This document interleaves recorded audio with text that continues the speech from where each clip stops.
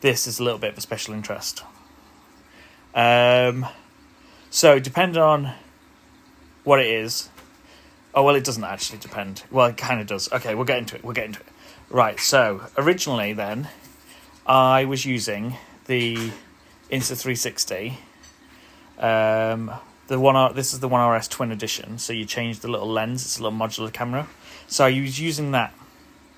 I used that for like little bits of content creation, 360 footage, and I was using it for the podcast. But you couldn't crop it down as a webcam at the time I started it. So yes, it was in 4K, but it wouldn't crop down. Then after that, I upgraded my photo camera. I had a Canon that I bought from Facebook Marketplace, and then I upgraded that to this Sony a6400.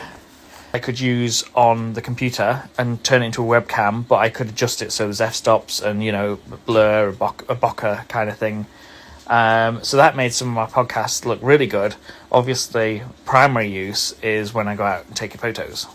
Originally, I didn't start with interest in photography. I was just like, I'm going to do admin, and then I do a little bit of social media for a couple of clients, and I was just going to events and taking a few pictures on my phone just to like capture the atmosphere, as it were.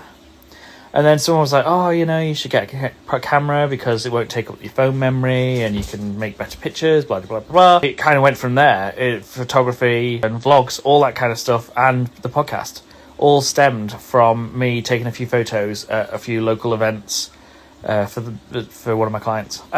Recently, I got the Osmo Pocket 3. I was using the Insta360 for vlogging.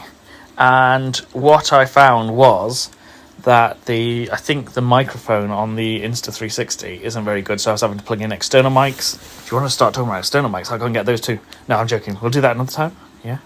Okay. So, yeah, anyway, wanted an Osmo Pocket 3 because it was a bit more inconspicuous. Read great things about it.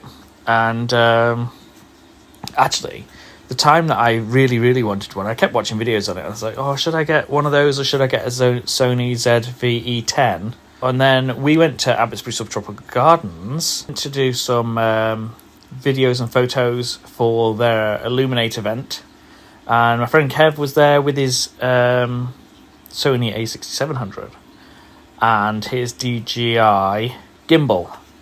And I was like, wow, that's so cool, it's so smooth. And then I was like, oh, yeah. So I read a bit of stuff on Sony ZV-E10s and the stabilization, etc. Didn't really fancy carrying one of those massive gimbals around. So then I decided that the Osmo Pocket 3 would be for me. Another reason I wanted it is what I started with was that the sound on the Insta360 wasn't great. So I was using external mics, which is just a faff, you know. By the time you've got everything on you've got a selfie stick and you've got external mics on and everything.